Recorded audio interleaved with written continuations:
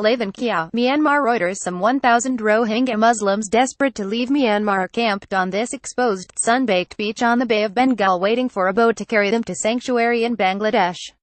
A Rohingya Muslim woman holds a baby as they wait to cross the border to go to Bangladesh, in a temporary camp outside Maungdaw, northern Rakhine State, Myanmar November 12, 2017.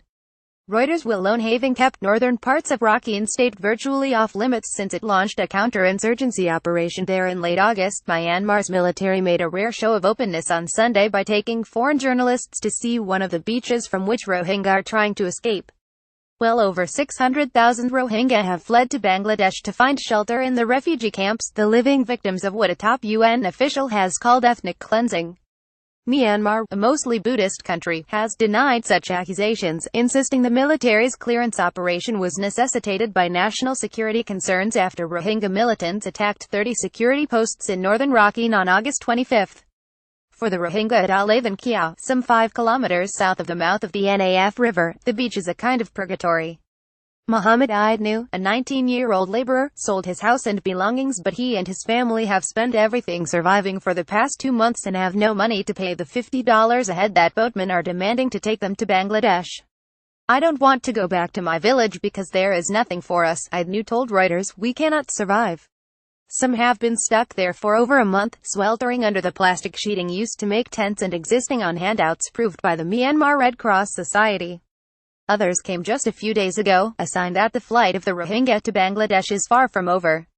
The International Rescue Committee reckons that 2/3 of some 300,000 left in Myanmar could leave in the next couple of months. On the beach at LEI THAN KYAW, 30-year-old Sally Mullahay was thinking only of getting away. Like several other men, he described how things had got so bad that he could no longer go to work or his children to school. He could not get to a pharmacy when they fell sick, or go to a market to buy food, and said the authorities had even stopped Rohingya leaving the village to fish. Rohingya refugees walk after crossing the NAF River in Teknaf, Bangladesh, November 12, 2017. Reuters' Mohammed Panar Hussaini could not have survived any more, Mullahay said. "I will not go back to my village. I really hope to cross the NAF River to get to Bangladesh."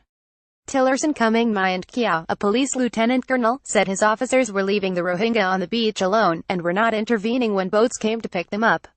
"We don't really take any action against them, because we don't want them in trouble," the policeman said. "They cannot go on living in the camp for very long because they can have so many health problems. That's why we don't interfere with them."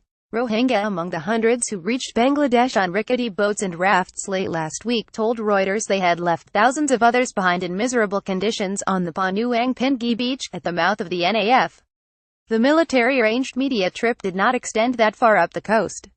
Many of the Rohingya living in the camps in Cox's Bazar, on the Bangladesh side of the NAF River, have recounted how their relatives were raped and murdered as they ran from villages set ablaze by Myanmar soldiers.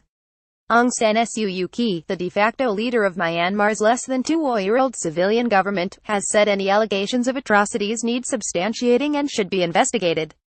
Under Myanmar's transition to democracy, civilians still have to share power with the generals who ruled the country for nearly half a century, and Suu Kyi has no say over what the military does. She is currently on a mission explaining how Myanmar is working to stem the crisis to leaders of other Southeast Asian countries at a regional summit in Manila. On Wednesday, U.S. Secretary of State Rex Tillerson will visit Myanmar for talks with the country's leadership, while senators back in Washington press for economic and travel sanctions against the military and its business interests. Suu Kyi has said preparations are being made for Rohingya to return, so long as they can prove they were resident. Writing by Simon Cameron Moore, editing by Catherine of Answer Standards, The Thomson Reuters Trust Principles.